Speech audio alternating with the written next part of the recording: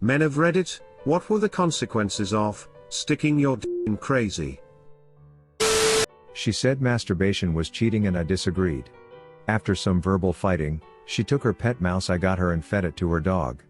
Mortified, I took my stuff and never looked back. She broke up with me, then stalked me and sent me suicide threats for a year afterwards. Same, got dumped, because I wasn't the same person I used to be. Spent the next 6 months confused with her late night calls, texts complaining that she didn't know what to do now, that she was thinking of just wandering into the woods, even has a spot picked out. It was pretty messed up. She enjoyed being chased, but not actually being in a relationship. When I didn't really want to chase anymore, she went insane. When I was in college, a girl wanted a little vengeance on her ex-boyfriend, and set a couch outside of his apartment on fire. The apartment building caught fire and killed 4 people. Was stabbed in the back for cheating on her in a dream. Literally stabbed, with a fork. The tines were completely buried in my back. I had to have my neighbor pull the fork out so I could get to the hospital. 4 stitches later I got home, she was still asleep in my bed. Met a crazy one a couple of years ago. Started having sex and she got clingy very quick. Talked about moving in and marriage the first week or so. When I told her I wanted to keep it casual, she flipped. Calling and texting non-stop, stopping by my house 3 to 4 times a day to check in and see what is going on. When I realized that she couldn't handle this type of relationship, I cut things off. Stopped answering my front door and phone. She was relentless. Even brought the police to my house for a wellness check. Anyway, she seemingly got the point and I didn't hear from her for a while, until my mom called. She had driven to their house to try and get them to convince me that we should be together. During this discussion, she shared all of the intimate details of our relationship with them. My parents live 2,300 miles away from me. You read that correctly, she drove across America to drop in on my folks. They were not amused. I forgot to add, we are in our 40s. Edit, she had never met my parents, and I guess she just used Google to figure out where they lived. It was very inappropriate to include them. According to my dad, she got graphic describing our sex. Not sure what her end game was, but my folks were nice for about 30 minutes and then told her to hit the road. I was like, young love. Then I read we are in our 40s, and goddamn dude. Your pipe game must be strong, son. She drove across the country to harass your parents. I'm sure it's not funny, and I hope you're doing well now, but Jesus. Crazy, quite honestly, sometimes gets crazier as you get older. People either grow up or just dig in. My ex stabbed me in the neck and chest with a pair of nail scissors whilst we were on holiday. She was always a little wild. We had been dating for 4 years and I really loved her. We had a free bar and she got wasted on the first night. She saw me giving another girl directions to the toilets and accused me of trying to hit on other girls. She went to our hotel room in a mood. I followed shortly after. And as she opened the door she was wielding a pair on those short-bladed nail scissors, stabbed me 3 times and locked me out of the room. I stood there bleeding, begging her to let me in. She called the hotel reception and told them I had beaten her. The police came and arrested me. After the police medic patched me up, luckily only flesh wounds, I spent a night in a Tunisian cell. Not nice. They let me out the next day, because she didn't want to press charges. Got back to the room and she tried to have make-up sex with me. I refused and packed my bags and never looked back. The twist here was I'd had an engagement ring hidden in my luggage. Lucky escape. I dated a girl who used to always bang gangster dudes, tell me to hit her in an argument. Me a softy wuss, obviously wouldn't do it. She'd tell me to man up. And? In the argument already. And? Take control of your woman. I never took the bait, and in the 10 years since her I can't say any other woman has made fun of me for not hitting her. Dated a woman who, every time we'd start to fool around, she'd start saying, "No, stop. I don't want to do this." so I'd immediately stop and back off. And she would get upset with me. I thought maybe I hadn't backed off fast enough or wasn't giving her enough space, and got hyper vigilant about reading the signs that she wanted me to stop. If she pushed against me at all, I jumped. Tried to talk to her about it, she said. Real men don't stop when a woman says stop. I was in a really bad time personally, from moving out from my parents' place, to saying, at the time, college, I can do better on my own. And hooked up with this girl that used to work with me at Albertsons, a year or two prior from getting my own place. This was all around the year 2000, so shit's a little hazy. Things were great at the start, of course. She eventually just kind of invited herself in, and I let her. Sex nightly. Was crazy awesome. Then one day she proposed a threesome. I was all for it, of course. The day came and she straight up told me, "No penetration with her, that's my rule, but if I leave the room it's all your decision."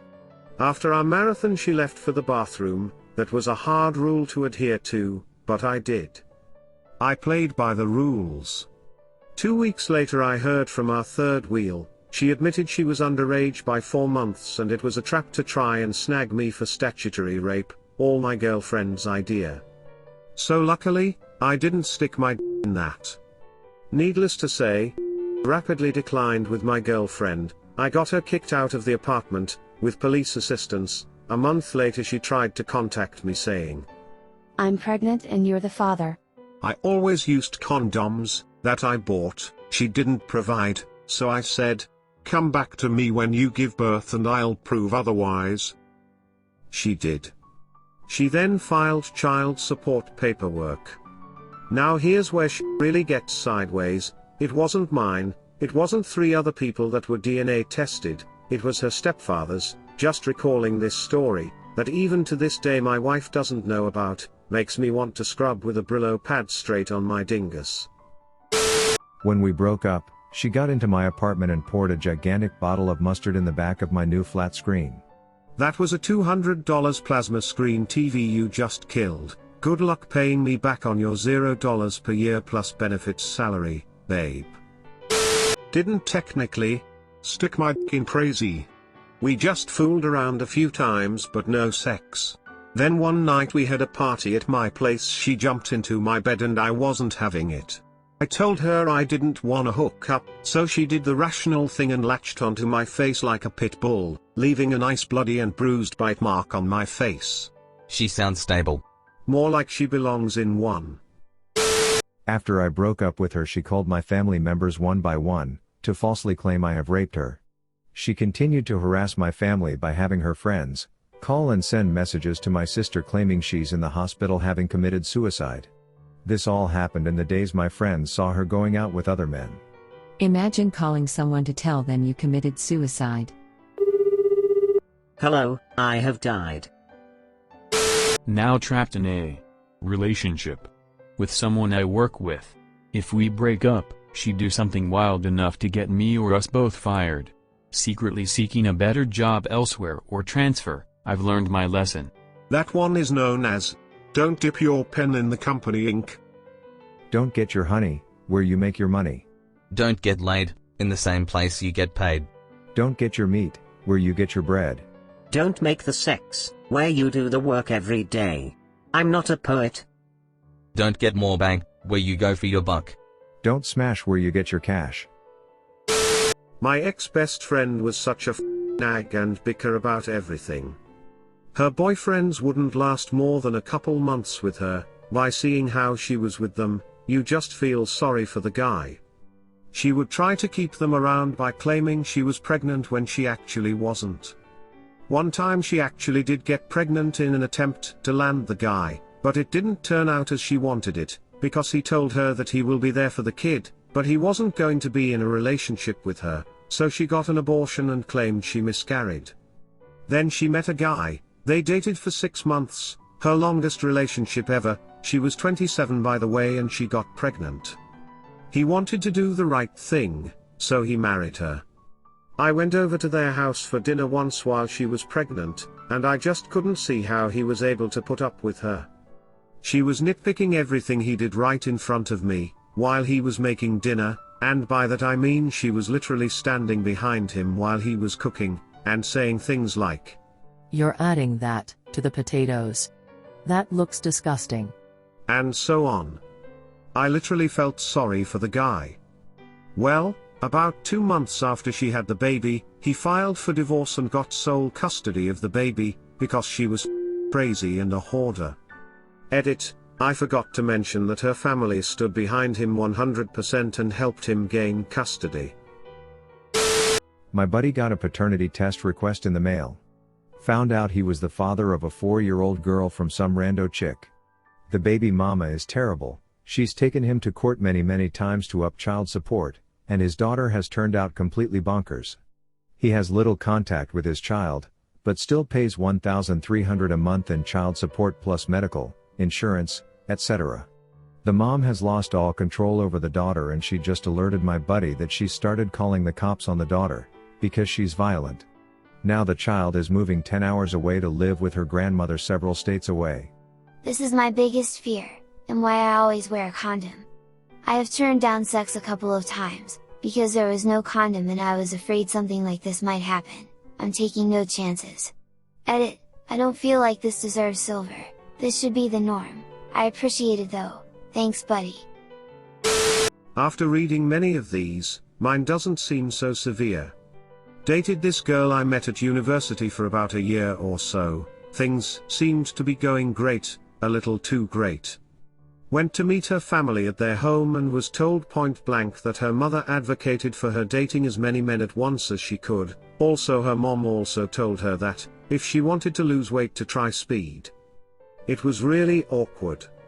Fast forward to the coming months and she's telling me this story about a guy at work cornering her in the elevator and forcing himself on her to make out with her. Yet she didn't go to the police or authorities. Seemed even more odd, she didn't even want me to go to them. Then her roommate started telling me she was cheating on me. I was in too deep at that point to believe it.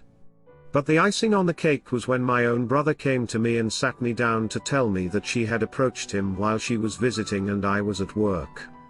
In that moment it all clicked, so I went to confront her. She went into total meltdown mode on me. Trying to make me feel guilty about everything, like it was my fault or something, that she wanted all that she could get. So after we break up she keeps messaging me telling me that we need to talk, that she was suicidal and it was all my fault, telling me she was in the hospital. She was straight up nuts. That's not even including the time she told me she was pregnant all day on April 1st. I ran the whole gamut of emotions that day. The stages of grief are real, let me tell you.